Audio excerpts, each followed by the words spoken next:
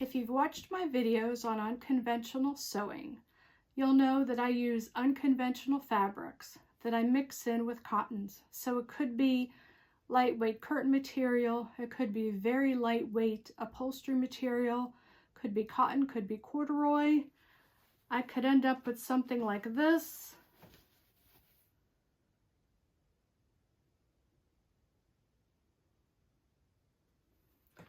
Or I could end up with something like this.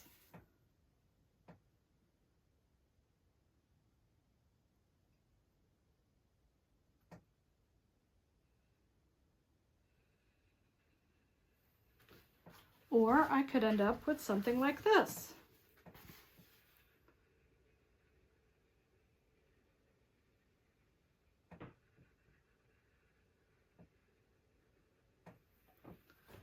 But once you make those panels, what to do with them?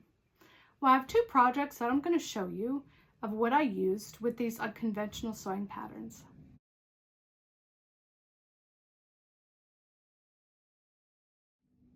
Welcome. My name is Angela Davis and I'm the Foreign Quilter.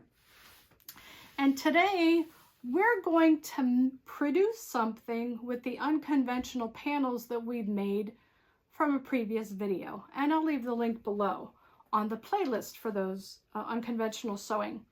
The first thing that I want to show you is my pincushion. And what I'm going to do is I'm going to pan this down so that you can see it better. So you'll notice it's a pretty decent size. Finished, it's about 6 1/4 inches by 6 1/4 inches. I want to make sure I'm in focus here for you. There you go. It's about 6 1/4 inches by 6 1/4 inches, so it's a decent size. On the bottom, I have I think this was a tablecloth fabric. And on the top, I have a little bit of lightweight curtain fabric here. I think this is another tablecloth. This is almost like a soft corduroy. And then I have another lightweight curtain fabric here. I overlaced it here and here just to give it a little bit of decoration. Did some hand sewing across here. And what I did was I made a little pillow. And then when I stuffed it, I did something a little bit unique. I filled it with polyester fiber fill. I did a layer right next to the top of the pincushion, a thin layer of batting. Then I purchased steel wool, plain steel wool, extra fine from the hardware store. And when you take it out, it comes in sort of like a pillow, but it sort of unrolls a little bit flat. I unrolled it and stretched it out, and then I put a thin layer beneath the batting, and then I stuffed the rest to fill it up with polyester fiber fill. And what that does is, once you get through that initial layer of batting, you're going to feel I feel some resistance there. Then I know the tips have reached that ultra fine steel wool, and that steel wool actually helps sharpen and keep your straight pins from rusting. Now, I bought one of these magnetic bowls about a year or two ago. They're nice if I drop a straight pin on the floor and I just hold it like this on the floor. If I can't see it, it'll magnetize to the bottom so that I can find it easily. But the magnet bowl doesn't do anything to keep the straight pins sharp. So, like I said, when I did this, I'd never done this before, but when I did this, you'll notice I have these pushed in pretty well. That's because I want those tips to hit that layer of steel wool so that those tips stay nice and sharp and they won't rust.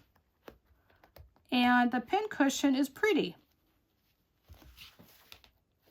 Very simple. And then I just hand stitched the opening. So when I made the 2 squares, I measured 6.5 inches each square, 6.5 inches. I sewed from here about, 1.5 inches all the way around to about 1.5 inches in on both sides and left an opening.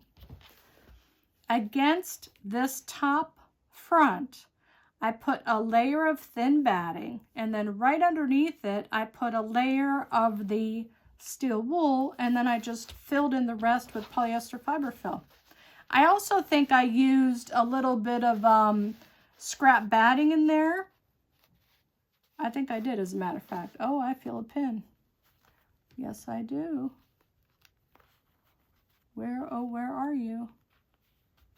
I feel a pin. I gotta be careful.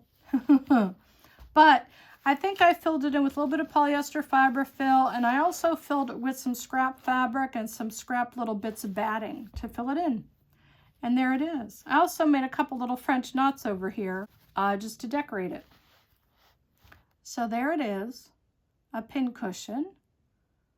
That's one thing you can make with your unconventional sewing, because who couldn't use an extra pincushion? I mean, really.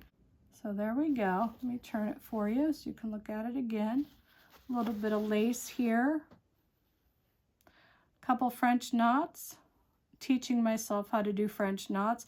It's a great way to teach yourself how to do little knots or a little bit of decorative stitches if you're teaching yourself, because it's a small area. It's a small project.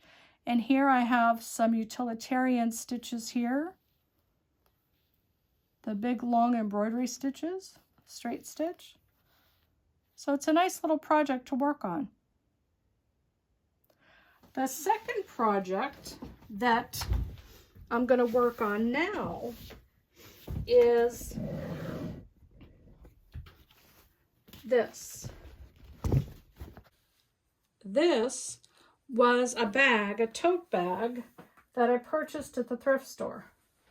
Okay, I took out the seam and I cut off the handles, and I'm using this. It's a very thin, I don't know what that would be called. It's almost like a plasticky canvas, almost. But what I'm going to do is I'm going to take those panels that I showed you, and I'm going to press them really well, and then I'm going to measure them and see if I can't get a good measurement to cover those panels. Trim that edge nice and straight. Okay. And I'm going to find another strip of fabric. And I have actually, look at that, a nice green. And I'm not putting the edge of the fabric against the presser foot because I want a little bit larger seam allowance, because sometimes these different materials, they fray a little bit more.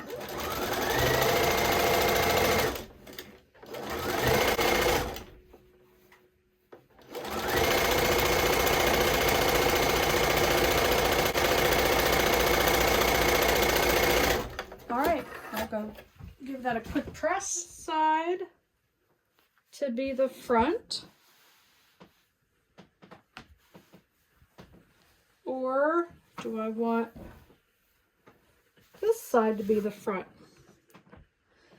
I think I want this side. What I'm going to do is I'm going to pin this at different spots to that front. And what I'm going to do is I'm going to use my monofilament thread, which is a clear thread, and I'm going to attach the front to the base inside these seams, okay? And that way it's attached to the base, okay? It's traditionally used in applique, and it almost looks like it's clear.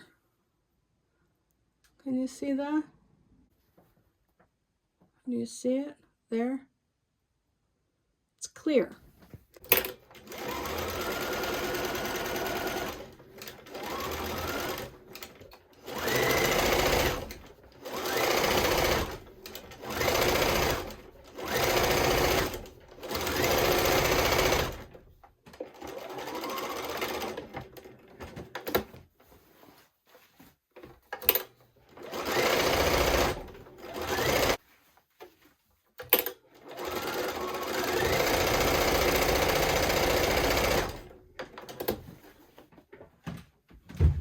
And I'm just going back and forth along the different seams.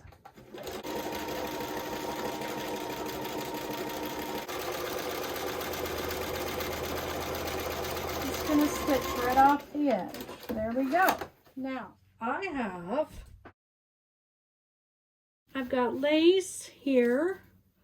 I've got ribbon. I've got more lace. Okay, we're gonna have some fun here and figure out how to play. So I have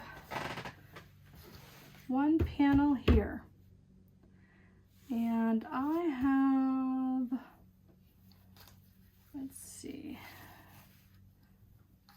got some, ooh, I have this lace. I don't know where the end is at. Let's just cut off a piece. I'm gonna just cut off pieces here and there and decide what to do with them.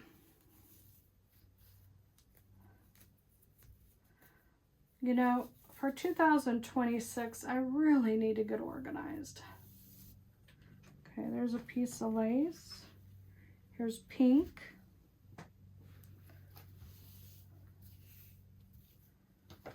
Okay, here's a piece of white. Okay,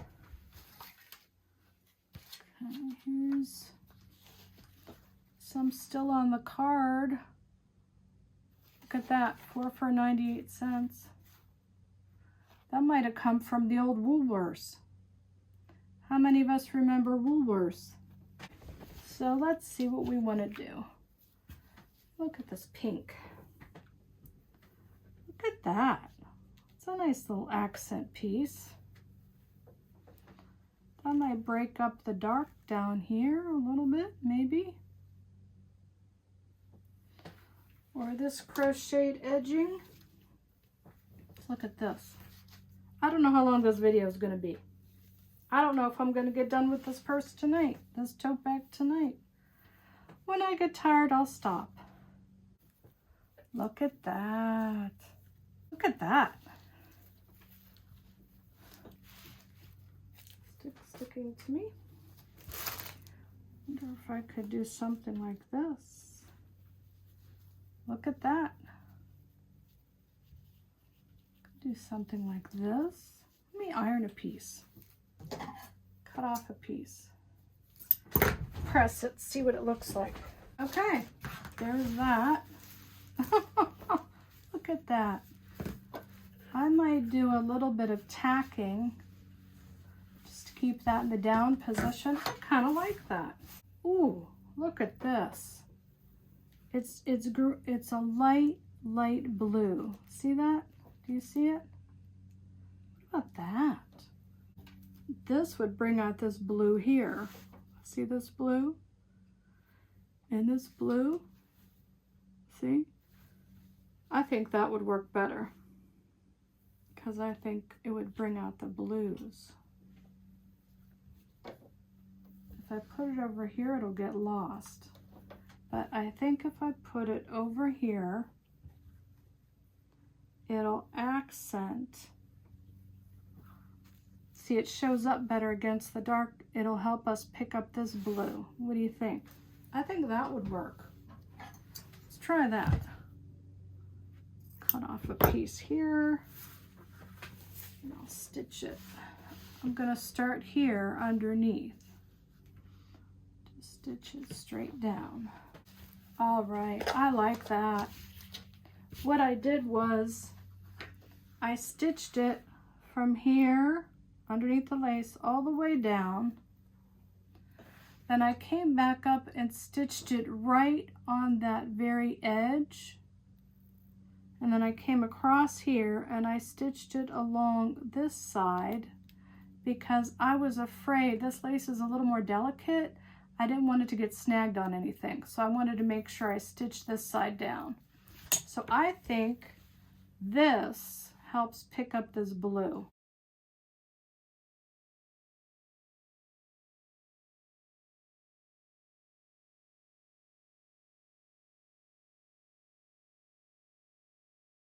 It's getting late, folks. I'm getting a little sleepy. But let me see if we can do one more piece of lace. And then I can continue this video maybe tomorrow. Oh.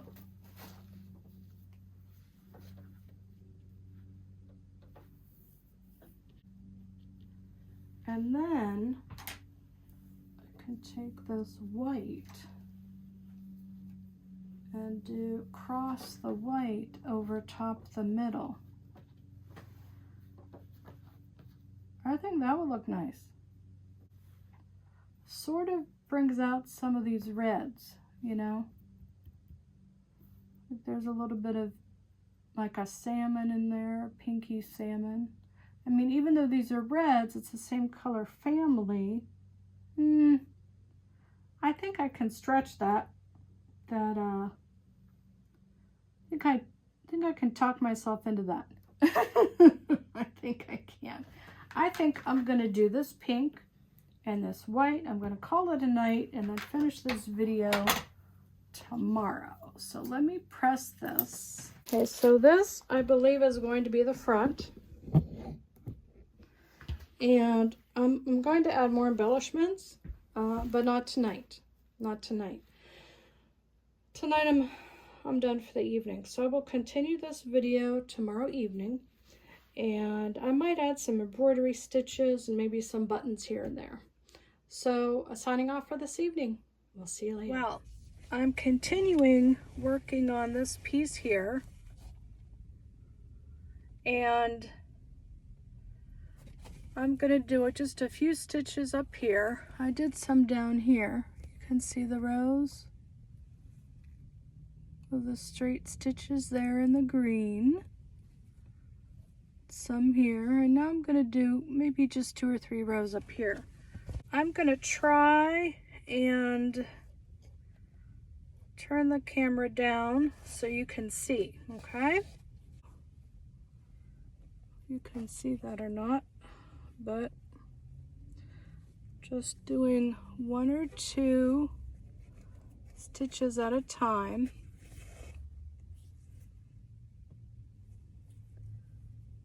If I can do 2 or 3, I will. And even though the back of this is like that plastic lightweight canvas, it's not that bad hand stitching through. It's not as bad as you would think, but the needle I'm using has a very sharp point.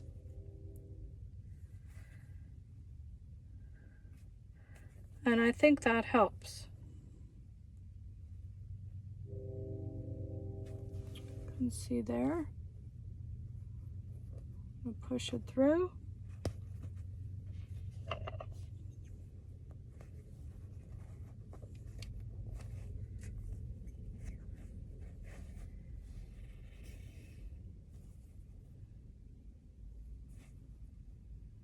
It is probably in the mid to high 50s today.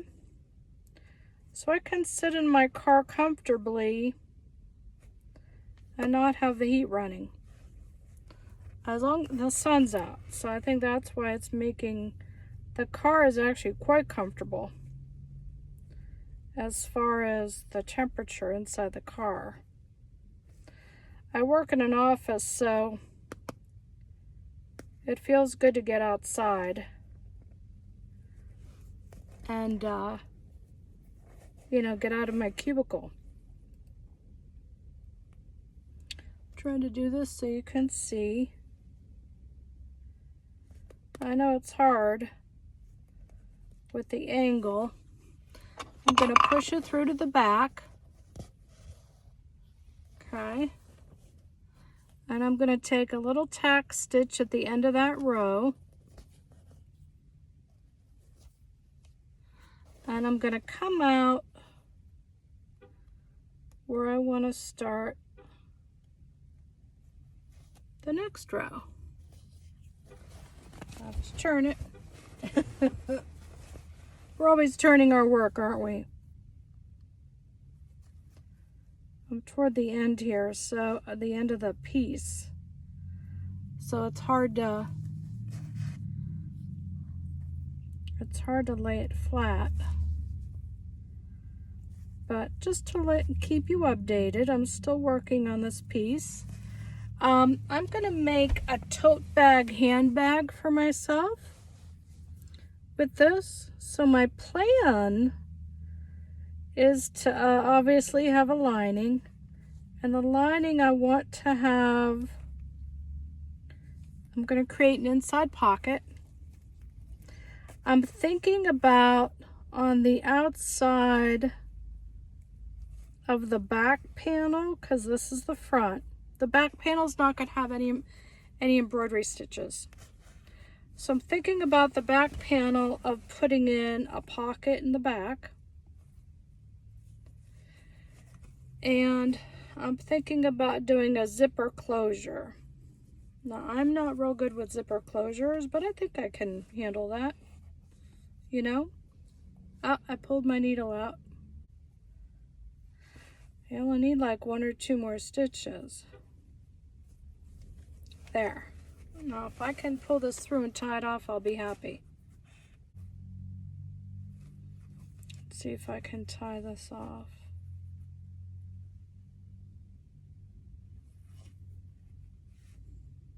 Yes, I can tie that off. Okay, now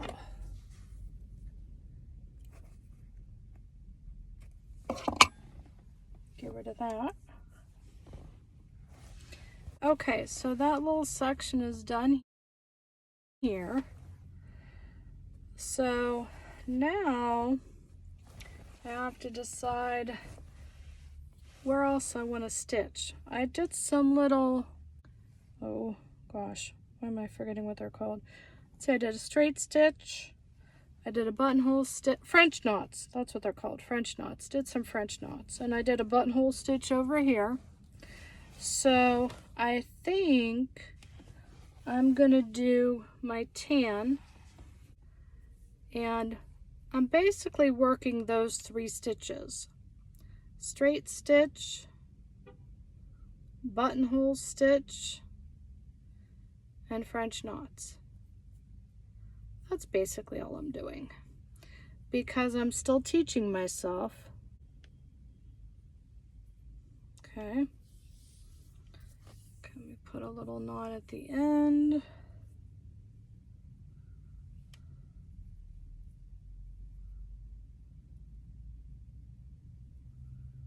Okay, now I think I'm gonna do those gold. I'm gonna do little French knots. I think just where the flowers are. Just put in a few French knots here and there. Although actually, I should have done the gold thread for the French knots. Oh well. That's okay. I'm learning. What I'm doing is I'm going from one spot to the next, And after I do the French knot, I'm doing a little tacking stitch because my French knots are so far apart that I want to make sure they're tacked down. But it's been gorgeous out.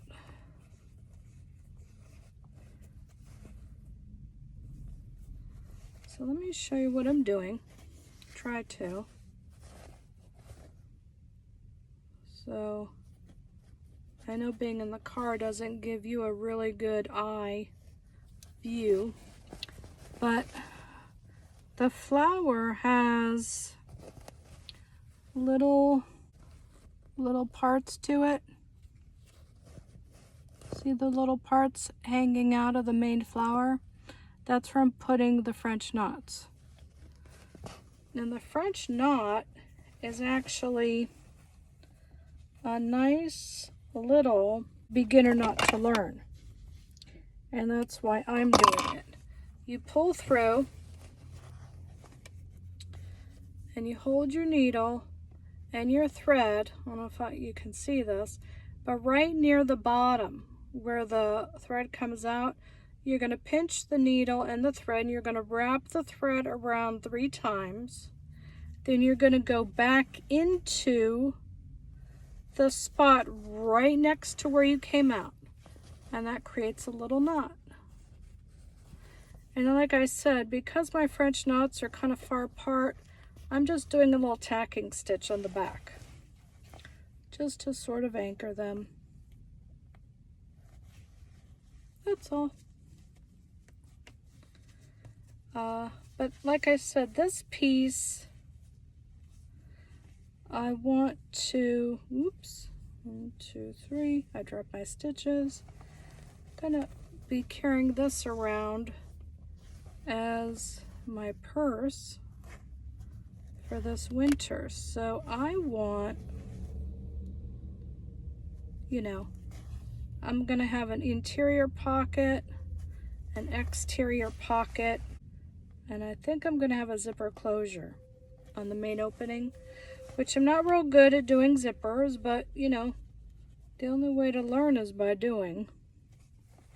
So I'm gonna have to teach myself how to do that. I think I can get 2 more French knots out of this thread. 2, 3.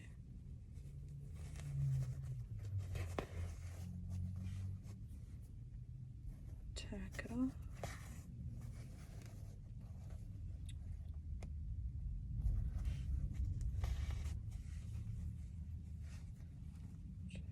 Three, tack it off. But yeah, I think it's going to be nice and roomy, which I need because I put too much junk in my purse. Oh, it's ridiculous what I put in my purse. It really is.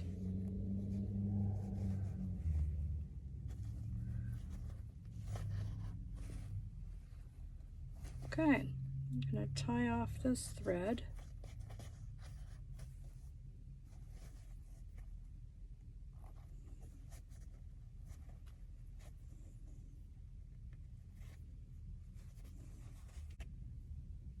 Okay. Let me show you what I did. See them? See how the flowers have those little petals around the outside? That's where I'm doing the French knots. Okay. All right. I'm gonna sign off because I need to check the time because I'm on my lunch break. I will see you soon. This is about 95% finished. Let me start on the back. So here's the back. And the nice thing about that canvas is it did add some stiffness, and I like that. And it was fairly easy to work through as far as applying the panels directly to the canvas.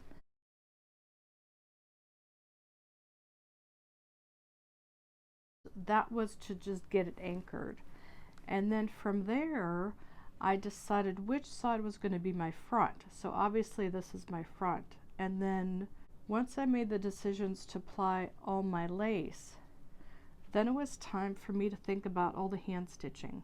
The hand stitching actually went very well. I had no issues with the hand stitching on this as far as going through the canvas and the fabric. There were only a couple of times when I had difficulty, and that was usually where there was a seam in the plastic canvas where I had a double layer to go through. That was a big disadvantage. If I'd used a different medium as my base, such as products that are specifically used for bag making, or I could have maybe used a mid-weight to heavyweight iron-on interfacing, that would have added stability and it would have been very easy to stitch through. So that was a big disadvantage. I don't know that I'll be using an upcycled product again. I think I'll be using something that I can purchase that's lightweight, and I won't have any difficulty going through any of the sections when I apply my hand stitches. So that was my biggest disadvantage, was whenever I hit a seam as I was going through these stitches, whenever I had a seam, I hit a seam on the underside where I was going through a double piece of plastic canvas, I had a really hard time continuing the stitch. So this was, you know, it was I mean, I still enjoyed making it very much, thoroughly enjoyed making it. So let me talk about the stitches. I did 3 basic stitches. I did a running stitch, French knots, and then I did the buttonhole stitch. Okay. I concentrated on those 3 stitches alone because I thought I need to practice my hand stitching. So I thought those are the 3 basics that I thought are a good starting point. And it still added another level of handmade look to the bag. So what I did was I started up here and I did all the yellow stitches first. Then I came down here and I did these green stitches. And then I just continued on with the French knots here. I did a little bit of accent stitching through here just to accent those shapes, a couple of French knots. Over here on the flower side, I decided to do French knots wherever there was a little petal. This is a leaf. I decided to do French knots wherever there was a petal sticking out of the flower to accent the outside. I was really pleased with that. The one thing that surprised me was this section here. I'm not a big fan of animal prints, but I like this bit of texture in here that it gave the overall design, having this print in here. And so I decided when I started stitching my straight stitches through this, I thought, well, I'll just follow the pattern of the stripe in the tiger print. And what surprised me most was I thoroughly enjoyed following the direction and the movement of the pattern of the print. I will definitely be pursuing that again in my journey with hand sewing, following the direction of the print. I thoroughly enjoyed that, and I think it enhanced those sort of wavy type lines within that print. Thoroughly enjoyed that. Over here I did sort of a very organic type of stitches where I just sort of filled in randomly, and again I thoroughly enjoyed that randomness. Then I did a few French knots along the outside. Here's a little piece where again I followed the straight stitch according to the curve, and then I filled in with French knots. Again, I'm really enjoying looking at the pattern and then following the pattern. Whereas up here when I first started out, I was just concentrating on straight stitches. But then as I got into it, I decided, well, maybe I'll follow the curve or the line of the print of the fabric. Definitely going to be exploring that in my next project. Almost all of them are stitched. I did not do these three because number one, the lace is here, and these are all sort of textured. So I decided to go ahead and leave that blank. When I decided to do this, I knew I wanted, I was going to line it and I was going to add a zipper. So let's talk about the inside. Now, I wanted this to be very functional. And at work, I work for a bank. So at work, I have an ID to get into the building. And I keep the ID in my purse, and I hold my purse up to the panel, and through my purse it acknowledges the ID, and then I punch my code in and I enter the building. So I knew I wanted a back zipper pocket.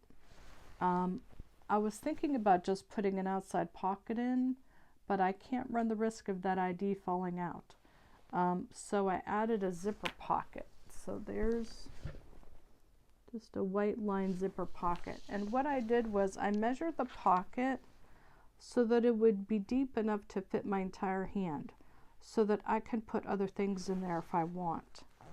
As you can see here, I'm not the best zipper person. I'm still teaching myself how to install zippers. So this is my first time, so there's flub ups here and there, as you can see. But all in all, I'm pleased with the way that's going to function. On the inside, I have an interior pocket here, and again, it's as deep as my hand. And that way I can put my cell phone right in there. And the lining is black, and you're like, well, why did I make the pocket white? Well, that's so I could see it better. If I made it black, it would be hard for me to see, and I wanted to be able to, grab my phone and put it right in there. The other thing that I added is a place to put my key ring. Can you see that? Place to put my keys, because I have my keys on one of those clips. I can just clip it on, so that I always know where my keys are. I don't like it when my keys fall to the bottom of my purse. I like knowing where my keys are. The only disadvantage to where I put it, I stitched it so that it's against the top here, and that was very difficult to stitch through. So I would not have put it there. But it's there now, and it's actually in the seam. So next time I make a purse, I'm going to put this loop someplace else where it will not interfere with me attaching my zipper or interfere with the thickness at the top here. That was a big, that was the, well, okay, let's go ahead and talk about this interior zipper. So what I did was, I took two rectangles here and I cut them at 4 inches, or maybe it was 4.5, folded them in half, and I stitched them to each side of the zipper by itself. Then I added my tabs on the end, and I made sure that when I measured the zipper is, I think, 1.5 inches shorter than the top width of my opening. okay, so that my tabs can sort of tuck in there. Then what I did was I stitched, here's the edge of my zipper fabric. I stitched right here and here.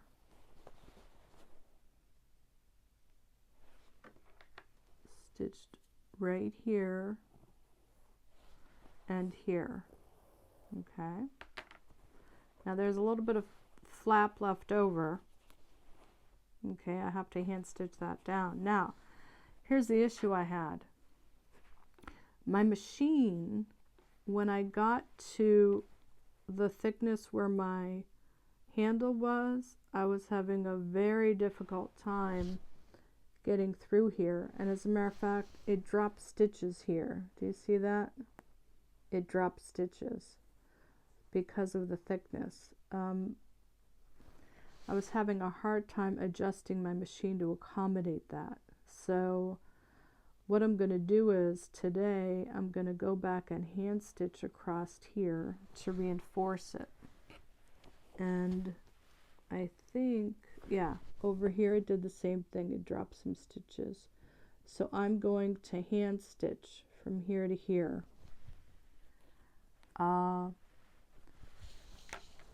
There it is. And I'm not, and this way it sets down into my purse like that, so that when I'm holding it and carrying it, you don't see it. It's not, you don't see it from the top. Okay. So my handles are the handles that came with the tote bag, and all I did was I covered them with the fabric. Okay. And what I did was I covered it and I wrapped it. But when I wrapped it, I decided that I didn't like the way that one edge was looking.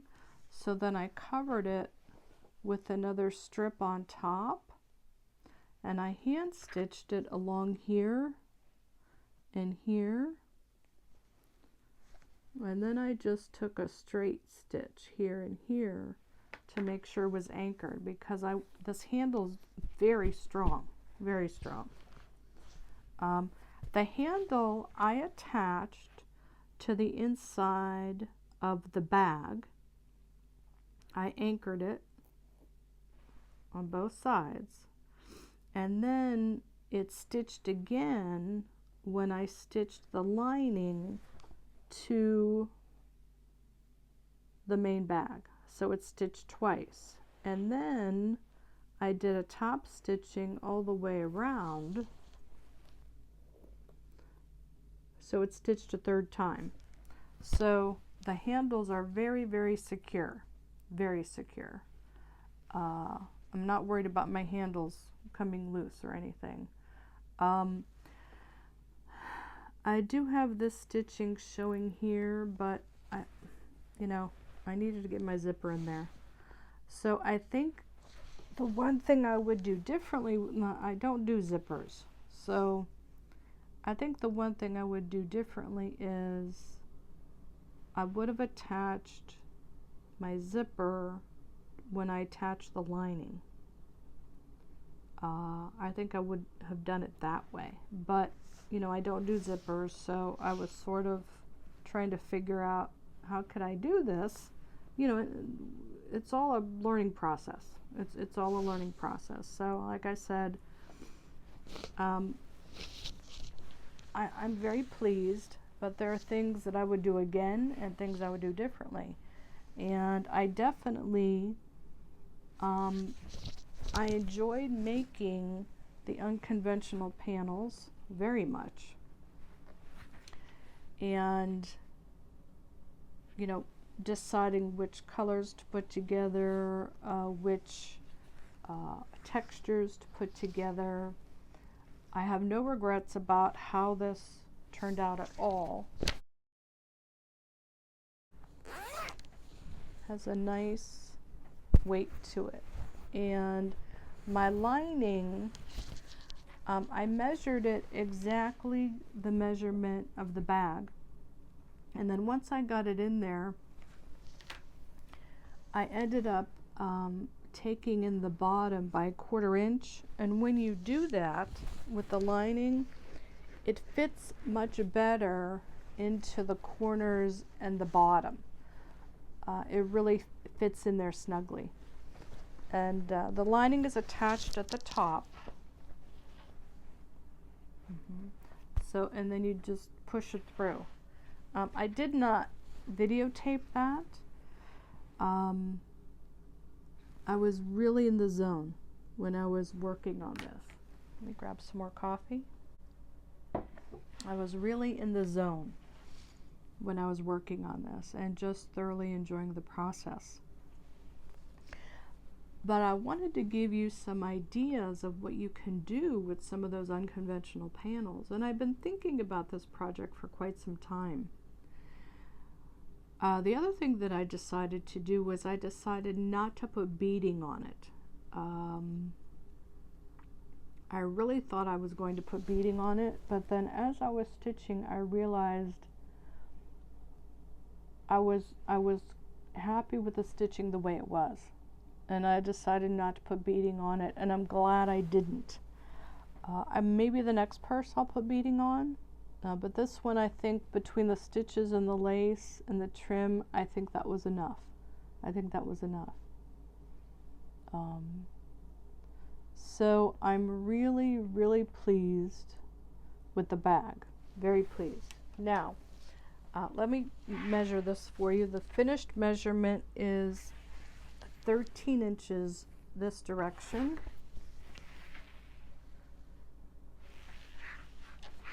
And 17 in this direction. Okay, my strap finished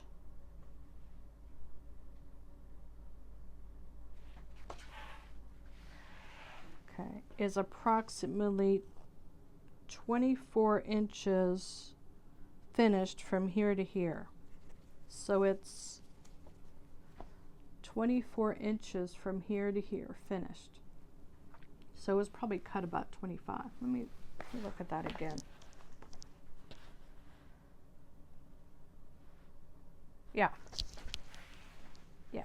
So, so it's approximately cut 25 inches from raw edge to raw edge. So it finished at 24 inches. So my drop from the top to the finished edge against the purse is 12 inches. And that was a good drop for me. The width from here to here on the inside of the shoulder strap is 9 inches. So from here to here is 9 inches. So, and that's enough, more than enough space for me to get my arm through and to get my shoulder through. And that's a personal measurement depending on your arm length, your shoulder size, and where you want the purse to drop when you're holding it. So when I'm holding this, the bag comes to about here when my arm is straight, and that's a good length. That was a good length for me. And what I did was I measured a purse that it's a similar style and went from there. So I took the measurement of a purse of a style that's similar to this, the ready-made purse that I already have. The only thing I did differently was I adjusted the straps to be a little bit longer because I always felt as though that purse, that bag, I felt like the shoulder straps were just a little bit short. So there you have it. Pincushion handbag.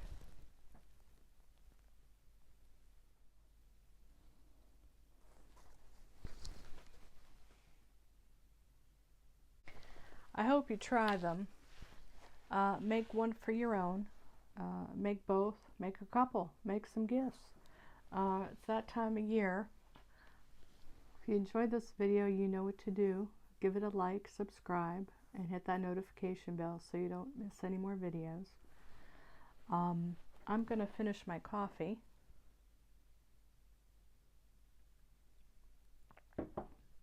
And I'm going to sit and hand stitch those parts that got missed in my machine. And then I'm going to fill up my purse with all my junk that we put inside our purses. Hope you enjoyed this video. If you did, give it a like. Give me a comment. I'd love to hear from you. Let me know if you're thinking about trying it.